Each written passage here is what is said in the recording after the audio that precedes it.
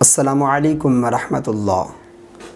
افشا نوید یہ بہن سوال کرتی ہیں، رمضان المبارک میں پڑھا ہوا قرآن مجید اگر کسی کی روح کو بخشنا چاہیں تو کیسے بخشیں؟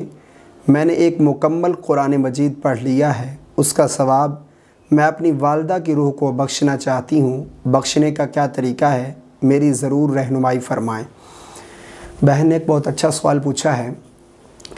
دیکھیں، رمضان المبارک میں آپ نے قرآن مجید پڑھا یا رمضان المبارک کے علاوہ آپ نے قرآن مجید کی تلاوت کی، اس کا ثواب اگر آپ کسی مرحوم کی روح کو ایصال کرنا چاہتی ہیں، کسی مرحوم کی روح کو اس کا ثواب پہنچانا چاہتی ہیں، بخشنا چاہتی ہیں، تو بخشنے کے میں 3 آسان طریقے آپ کے سامنے عرض کر دیتا ہوں۔ اس طریقے سے آپ جو کچھ بھی قرآن مجید کی تلاوت کرتی ہیں اس کا ثواب کسی بھی مرحوم کی روح کو بخش سکتی ہیں، ایصال کر سکتی ہیں۔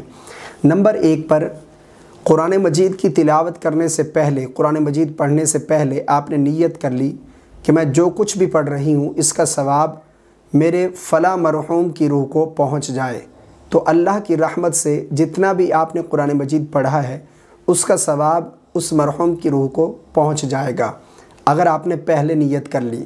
نمبر 1 پر۔ نمبر 2 پر دوسرا طریقہ یہ ہے کہ اگر آپ نے پہلے نیت نہیں کی، یعنی پہلے آپ نے قرآن مجید پڑھ لیا اور پڑھنے کے بعد آپ نے ایک پارہ پڑھا ہے یا پھر ایک مکمل قرآن مجید پڑھ لیا، اس کا ثواب اگر آپ کسی کی روح کو ایصال کرنا چاہتی ہیں تو دل کے اندر ارادہ کر لیں، دل کے اندر نیت کر لیں کہ اے اللہ جو کچھ بھی میں نے پڑھا ہے اس کا ثواب میں اپنے فلاں مرحوم کی روح کو بخشتی ہوں، اے اللہ اپنی رحمت کے صدقے یہ ثواب فلاں مرحوم کی روح کو پہنچا دے۔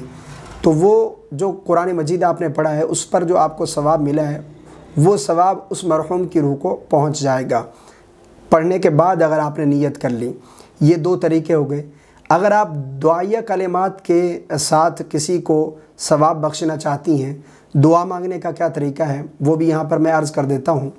دیکھیں، سب سے پہلے آپ نے ہاتھ اٹھا کر درود پاک پڑھنا ہے۔ درود پاک پڑھنے کے بعد آپ سورہ فاتحہ پڑھ لیں، کوئی دعائیں جو آپ کو آتی ہیں وہ دعائیں پڑھ لیں۔ اس کے بعد پھر آپ نے دعا کرنی کہ اے اللہ جو کچھ بھی میں نے تیری توفیق سے قرآن مجید پڑھا ہے اس میں اگر کوئی غلطی ہو گئی ہے تو اے اللہ تو معاف فرما اور ان غلطیوں کو درست کرنے کی مجھے توفیق عطا فرما، اور اس کے پڑھنے پر اے اللہ جو کچھ بھی مجھے ثواب ملا ہے میں حضور علیہ الصلوۃ والسلام کی بارگاہ میں تحفتاً پیش کرتی ہوں یا کرتا ہوں، اگر مرد ہے تو کرتا ہوں کہہ کر اپنی دعا میں یہ کلمات کہے کہ اے اللہ یہ اس پر جو کچھ بھی مجھے ثواب ملا ہے میں حضور علیہ الصلوۃ والسلام کی بارگاہ میں تحفتاً پیش کرتی ہوں، قبول فرما۔